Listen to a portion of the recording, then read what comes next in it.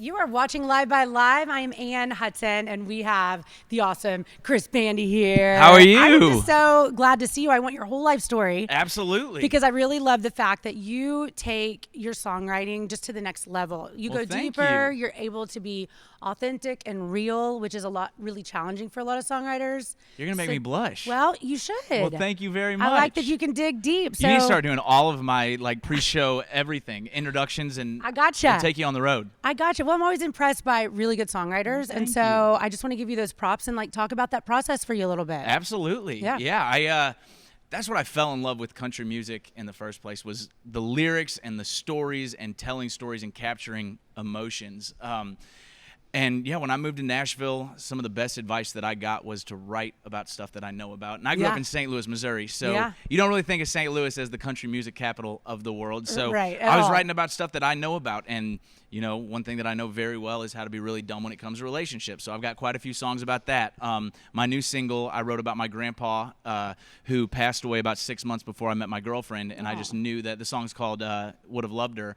And I knew that had he been around and gotten to meet her, that he would have loved her. And it's just one of those things that country stays true to their lyrics and stays true to their message. And it's why I always wanted to sing country music and write country music. Now, are you still with this girlfriend? I am, You yes. are? Are we going to get married? Well, maybe. It's been 5 years, and it'll be 5 years in May. You better put a ring on her. You're going to lose her. I know. Grandpa is going to be disappointed. You'll be writing about that next.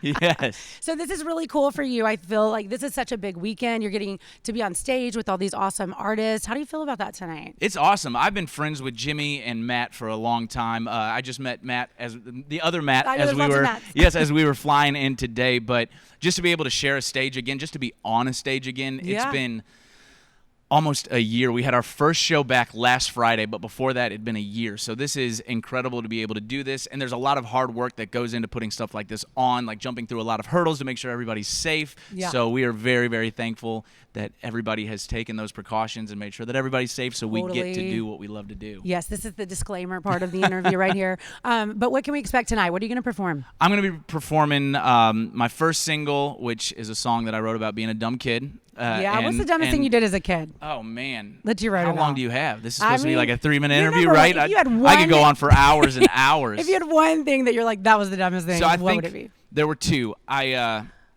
was in I guess I was in preschool, and a girl pushed me off of what we thought was the magic carpet in preschool. Okay. Had to go to the hospital and get stitches on my eye. The day my mom... God, that magic carpet was high I wish I remembered her name because I could, throw shade at her right now. But Mom took me, got stitches, came and picked me up a week later to take me get my stitches out, took me back to daycare, and I made a little catapult and put a polar bear on one side and kicked it up.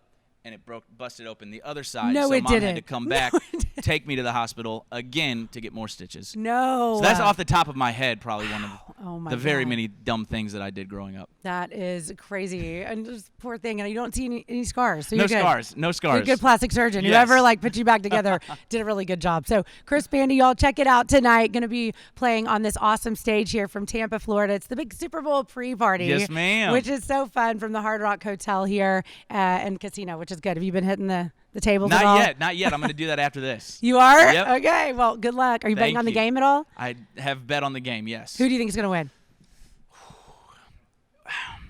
I want Tampa Bay to win. Yeah? I really want Tampa Bay to cover the spread. Okay. So I'm going to go with Tampa Bay. Well, I think Brady's going to pull it off. All right. So this guy is like an insane songwriter. Digs deep, brings it all right there for you to listen to, which I think is just awesome. How do you get that inspiration?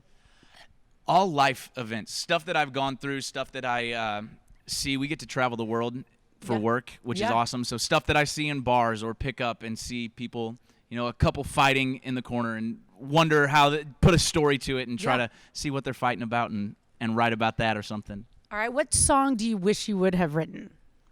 Cruise. Really? Oh, yeah.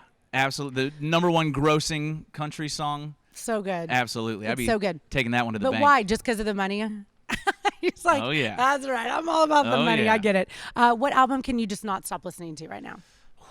So I've been going back over quarantine and listening to stuff that I loved as a young adult, and I've been listening to a lot of early Eric Church nice. albums. So I've been digging into those and trying to craft my songwriting the way that he did. Have you met Eric Church? I have not. You haven't met him? He's very tall. Is he really? He is. Not as tall as Matt Stell. No, Matt's much taller, but yeah, he's very much. So, what's the very first concert you ever went to? Garth Brooks when I was 5 years old. Wow. Yeah, Yep. that's a good one. It was great. And I think that's the first time that I realized what I wanted to be when I grow up. Yeah. And it was Garth Brooks. So, are you going to do Garth Brooks stage tricks?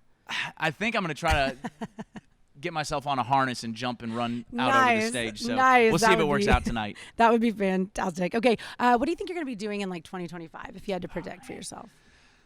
Hopefully playing full band shows. Yeah. That is the one thing that we have been missing for the last year. You kind of forget how much it means to you until it gets taken away. I So know. playing full band shows, I hope to be headlining my own shows at that point in time and have a couple of songs that have you know, been successful at country radio. So that's where I plan to be. I like it a lot. Well, I love your hanging out with us. Oh, one final question. Okay. What's your favorite emoji? Probably the crying, laughing emoji. Oh, that's everybody's. Yes, that's like my number the one one. That's taking over. Oh, I love it. Well, this guy. yeah. I do that a lot when I'm getting yelled at. Well, thank you. Thank so you much.